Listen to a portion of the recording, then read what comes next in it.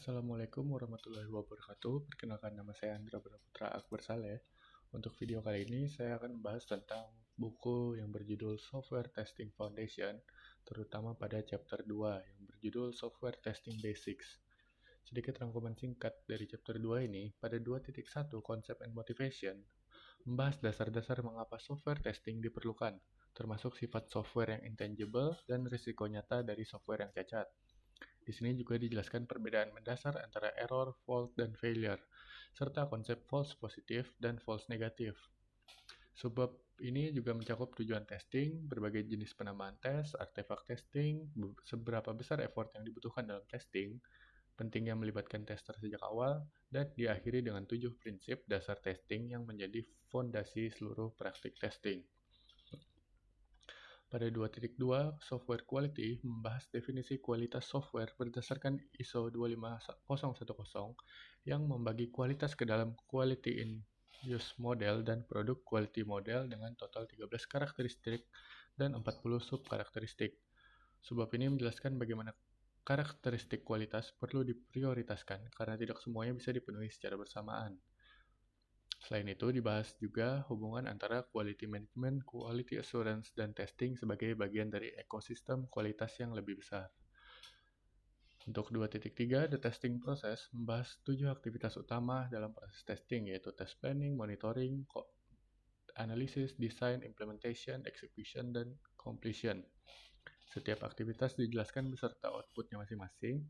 Sebab ini juga menjelaskan konsep traceability antara test basis dan hasil testing, serta bagaimana aktivitas-aktivitas ini dapat overlap atau berjalan secara iteratif, terutama dalam konteks pengembangan agile.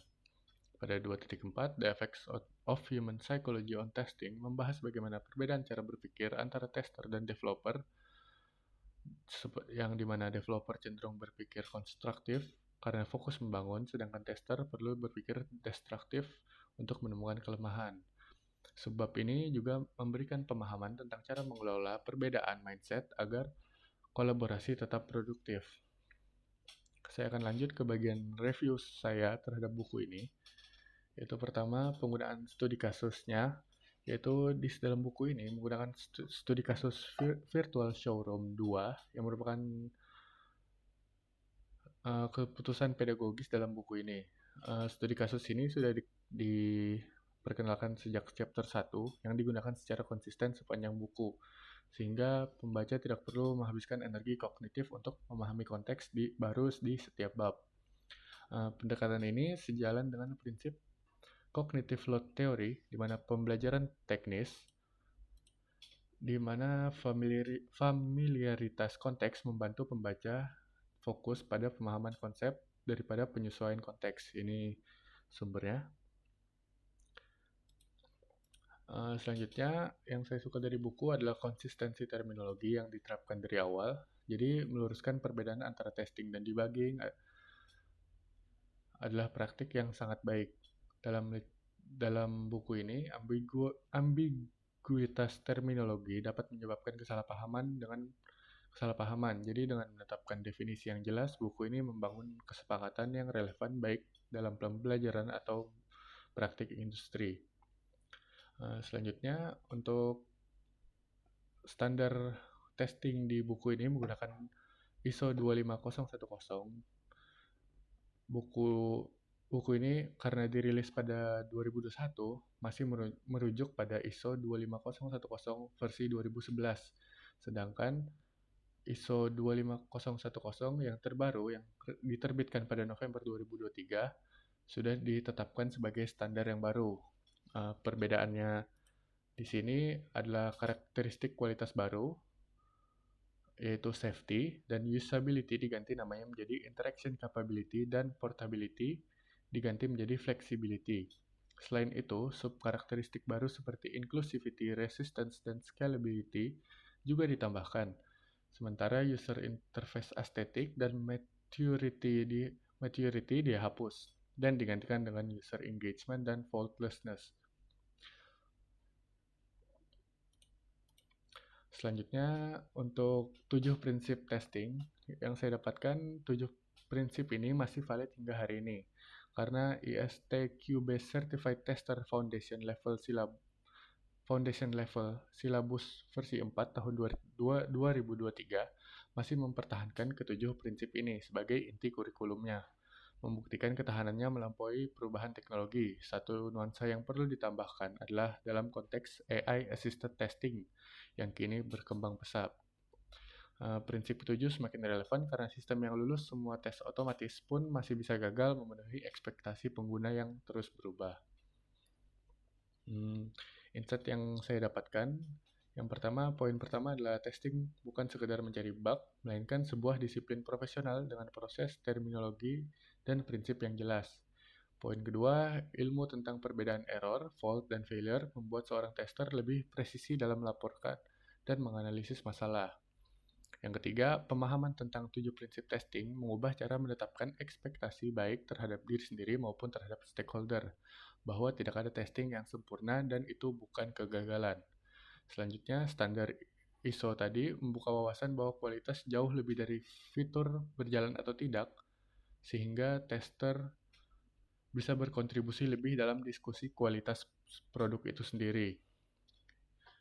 Selanjutnya ada memahami proses testing dari planning hingga completion, menumbuhkan kesadaran bahwa setiap aktivitas memiliki nilai sendiri dan melewatkan salah satunya bisa meningkatkan resiko.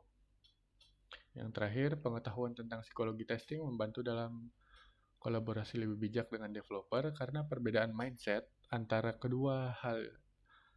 keduanya adalah hal yang wajar dan bisa dikelola. Selanjutnya, saya akan membandingkan buku yang saya dapatkan, yaitu berjudul Software Testing and Quality Assurance, yang terutama pada chapter 1, yaitu Basic Concepts and Preliminaries. Untuk buku yang pertama tadi akan saya singkat menjadi STF, dan buku yang saya bandingkan ini saya singkat menjadi STQA. Pada STF langsung masuk ke perbandingan yang pertama adalah STF langsung masuk ke substansi teknis testing dengan gaya praktis dan terstruktur. Sedangkan STQA membuka dengan konteks sejarah gerakan kualitas dunia mulai dari Deming, Juran, hingga Ishikawa. Contohnya mungkin STF langsung menjelaskan konsep error, fault, failure di halaman awal chapter, sedangkan STQA membuka dengan narasi sejarah Sheward Cycle dan PDCA sebelum menyentuh konsep serupa. Yang kedua, perbedaan kedua mungkin membahas error, fault, dan failure, namun dengan cara yang berbeda.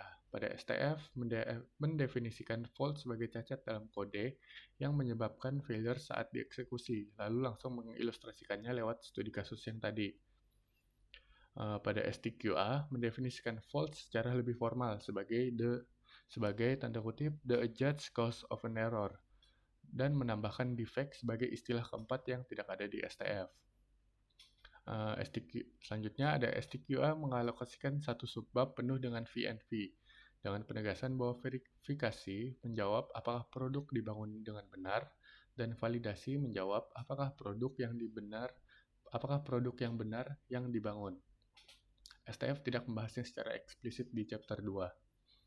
Selanjutnya, perbedaan standar, yaitu STF merujuk pada ISO 25010, sedangkan STQA masih menggunakan ISO 9126.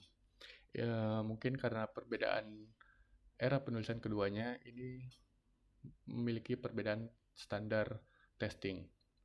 Yang terakhir, prinsip testing sendiri, STF secara eksplisit merumuskan 7 prinsip testing, salah satunya pesticide paradox yang menjelaskan bahwa tes yang sama diulang terus akan kehilangan efektivitasnya, sedangkan STQA tidak memiliki struktur prinsip yang serupa.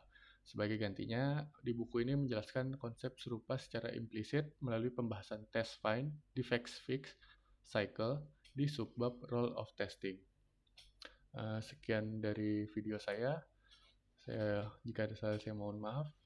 Terima kasih.